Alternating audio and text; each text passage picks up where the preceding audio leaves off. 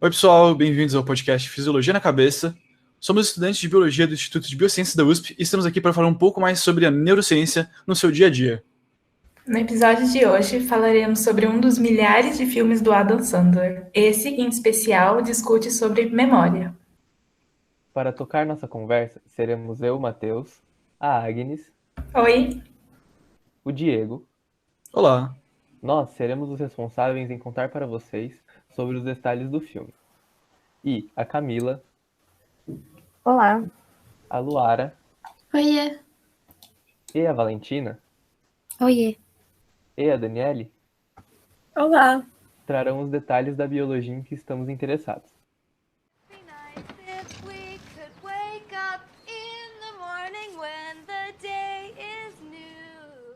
Hoje, a gente vai conversar um pouco sobre o filme Como Se Fosse a Primeira Vez, uma comédia romântica estadunidense do ano de 2004, dirigida por Peter Segal, com roteiro de George Wing e protagonizado pela atriz Drew Barrymore e por ele, o Adam Sandler.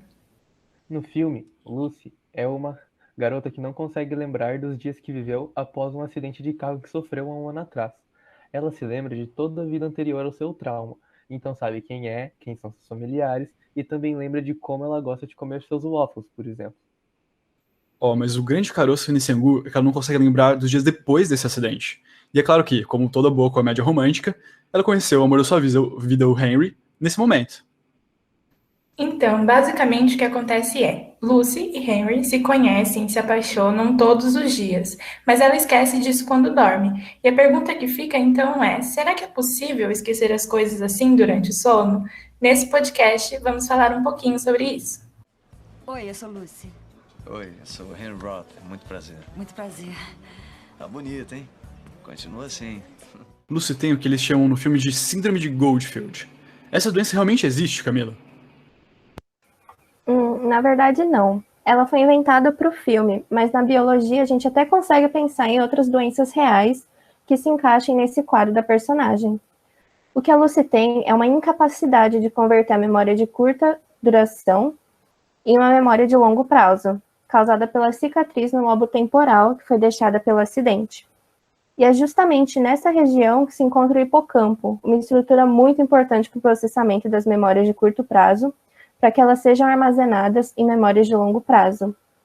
Então, basicamente, o que acontece é que ela não consegue transformar essas informações que são mantidas no encéfalo só temporariamente, que são as memórias de curto prazo, em memórias de longo prazo, que são aquelas que são recordadas dias, meses ou até anos depois de terem sido formadas. Então, é como se eu viajasse com a minha família, me lembrasse dos acontecimentos somente por algumas horas, e se, depois de alguns meses, alguém me perguntasse como foi a viagem, eu não lembraria de nada? Isso mesmo.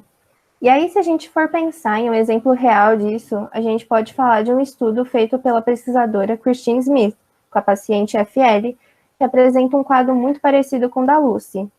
Assim como a Lucy, a paciente FL perde a memória de um determinado dia depois que ela dorme. Mas o interessante é que os cientistas descobriram que se a paciente FL dormir por curtos períodos de tempo, tipo 4 horas, as memórias dela são mantidas.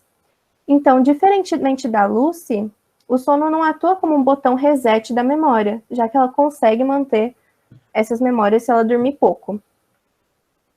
Interessante. Aposto que o pessoal aí de casa não sabia que isso existia de verdade. Nesse caso da paciente FL, o que causou essa condição? Foi o mesmo tipo de lesão que o da Lucy? Não, a origem foi diferente. Enquanto a Lucy apresenta a síndrome de Goldfield, decorrente de uma cicatriz no lobo temporal, a paciente FL não apresentou uma lesão no encéfalo. Os resultados dela estavam todos normais. E aí, como o cientista é um bicho muito curioso, eles foram fazer experimentos para descartar a hipótese de que a FL poderia estar imitando a condição da Lucy. E aí o que eles fizeram foi pedir para que 2 pessoas imitassem a condição da paciente FL e submeteram essas pessoas a testes.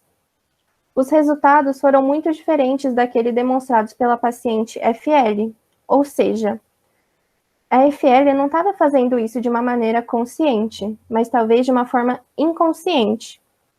Mas vale ressaltar que esse padrão de amnésia não é comum, que o mais recorrente é que a amnésia seja decorrente de uma lesão no encéfalo, como no caso do Perstiron, que a gente vai falar daqui a pouco. Escuta aqui. Lucy é uma pessoa especial, muito diferente das outras pessoas. Eu sei. Há um ano, Lucy sofreu um grave acidente de carro.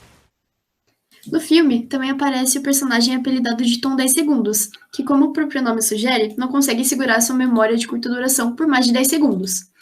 Então isso aconteceu como consequência de ele ter sofrido um acidente de caça. Assim, ele consegue se lembrar de fatos antes do acidente, mas só se lembra de eventos posteriores que tenham acontecido até 10 segundos atrás. Sabiam que existe um exemplo semelhante na vida real? Esse vai ser o caso do paciente que chamaremos aqui de Pershon, pois a lesão que causou seu quadro de amnésia foi a oclusão da artéria de Pershon, o que quer dizer que essa artéria parou de suprir sangue para o encéfalo, o que gerou o quadro dessa lesão. A área que o fluxo sanguíneo foi interrompido foi o tálamo, que é uma porção inferior ao nosso encéfalo, logo abaixo do cérebro. Isso gerou um quadro grave de amnésia anterógrada. Traduzindo, isso quer dizer que, assim como FL, Lucy e Tom, o paciente Pershon se lembra de eventos anteriores à sua lesão, mas apresenta a incapacidade de converter memória de curto para longo prazo. Sim, a única diferença de FL para eles é que ela apresenta uma amnésia funcional, ou seja, sem uma lesão propriamente dita. Também é importante destacar que a amnésia anterógrada tem diferentes causas. Muitas ainda são desconhecidas e não está diretamente relacionada ao sono ou lesões. Oi, meu nome é Tom. Harry. Marlene. Doug. Lucy. Oi. Que sandálias maneiras. Onde é que você comprou? Gostou, é? É uma história interessante. Eu tava na praia outro dia Oi, e meu nome é Tom. É Henry. Como vimos no filme, Lucy tem a sua memória resetada quando dorme. Mas a pergunta que nunca cara é: essa relação entre sono e memória realmente existe? Quer dizer, qual é o papel do sono na retenção da memória? Então, Diego, vamos por partes. A memória tem 3 grandes momentos. O primeiro deles é chamado fase de codificação. Nessa fase, a pessoa adquire novas informações ou vivencia alguns eventos, como, por exemplo, quando lemos um livro.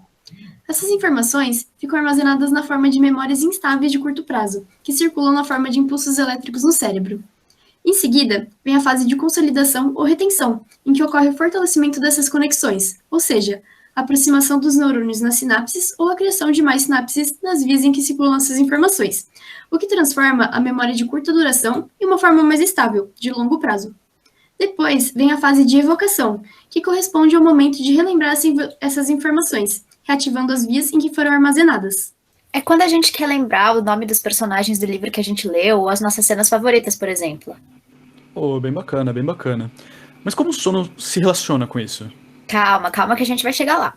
Mas antes a gente precisa primeiro entender como o sono funciona. Você pode explicar pra gente, Daniele? Claro! Então, a gente pode dividir o dia em 2 grandes momentos. Aquele em que a gente está dormindo e aquele em que a gente está acordado, que é a chamada vigília. O ciclo sono-vigília é determinado por múltiplos aspectos, e a privação de sono pode afetar drasticamente vários processos biológicos. E o que mais? O sono ele é dividido em ciclos que duram mais ou menos 90 minutos, que vão se alternando ao longo da noite. Cada um deles tem estados diferentes. Um dos ciclos corresponde ao aumento da profundidade do sono, em que as funções fisiológicas, tanto cerebrais quanto do resto do corpo, estão bastante reduzidas quando comparadas com a vigília. Nesses ciclos, as ondas cerebrais são de oscilação lenta. Já no segundo ciclo, apresentamos a ativação de diferentes partes do cérebro e maiores níveis de atividade, parecidos com os observados quando estamos acordados. Isso! É interessante destacar também que alguns experimentos mostram que indivíduos em estado de privação de sono apresentam uma maior dificuldade em codificar, consolidar e evocar memórias. Foi constatado que uma boa noite de sono aumenta significativamente o desempenho em atividades relacionadas à memória. Com isso, podemos perceber que o sono tem sim um papel importante na manutenção do funcionamento do cérebro no que diz respeito aos processos de memória. Perfeito! Agora temos todas as informações necessárias para relacionar tudo isso. Segundo a pesquisadora Vanessa Marchioli, atualmente existem 2 modelos para explicar a importância do sono no processo de armazenamento de memórias de longo prazo. O modelo diálogo hipocampo neocortical e o modelo homeostase sináptica. Sim, mas não se preocupem muito com esses nomes, o importante mesmo é entender o processo por trás. Sim. No primeiro modelo, o hipocampo teria papel crucial tanto no armazenamento quanto na recuperação e acesso da memória declarativa, que é um tipo de memória de longo prazo relacionada a fatos e eventos. É o tipo de memória que você tem do nome do seu cachorro ou do que você comeu hoje no almoço. O armazenamento desse tipo de memória se daria pela reativação e consequente fortalecimento das vias onde ela circula, que ficam na região chamada neocórtex. Esse evento ocorre principalmente durante o sono e pode ocorrer durante várias noites seguidas, fortalecendo ainda mais a memória. Agora entendi, né? Muito massa. Mas como funciona o segundo modelo? Então, no segundo modelo, durante o sono de oscilação lenta que a Daniele comentou, as vias neocorticais ativadas durante os processos de aprendizagem e aquisição das informações na vigília diminuiriam sua atividade. Isso evitaria uma possível superpotencialização, que poderia levar a uma saturação da capacidade dessas sinapses se moldarem, aproximarem e fortalecerem. Desse jeito, a despotencialização das sinapses durante o sono deixaria o processo de acesso das memórias mais eficiente e seletivo, porque permitiria uma maior modificação das sinapses e seu fortalecimento, facilitando a reativação dessas vias e recuperação dessas informações. Não dorme, não. Não vou dormir. Não se esqueça de mim. Bom, pessoal, hoje conversamos sobre os 2 principais pontos da trama de Como Se Fosse a Primeira Vez. Apresentamos para vocês casos do filme e casos reais que envolvem várias causas e consequências da amnésia anterógrada. As meninas também contaram pra gente sobre as funções do sono. A partir de hoje, lembrem-se que madrugar afeta tanto a sua capacidade de ver a aula na manhã seguinte, quanto a sua capacidade de lembrar das coisas. Então, nada de ficar virando à noite, ok? Pois é, Agnes. Acho importante lembrar também que o filme é uma obra de ficção, né? E como toda obra de ficção, ela tem certa liberdade poética para mudar as explicações das coisas, como o papel do sono na memória. Verdade. Depois que vocês explicaram melhor como realmente funciona, no contexto do filme, pareceu que eles até deram uma certa exagerada, quase equivocada, sobre alguns pontos, né? Sim, mas o filme também tem seus acertos. Correlacionar as duas coisas, o sono e a memória, foi uma ótima escolha dos roteiristas. Bom, pessoal, é isso. O episódio de hoje do Fisiologia na Cabeça termina por aqui, concluindo que Adam Sandler é cultura e também ciência. Alright, I just wrote this, so go easy on me. That was the place where I first saw your face. We liked each other right away. But you didn't remember me the very next day. Forget it's got a nice capucine. Oi, meu nome é Tom. Henry e Lucy, muito prazer, Tom. Por que você não volta em 10 segundos pra gente se conhecer outra vez?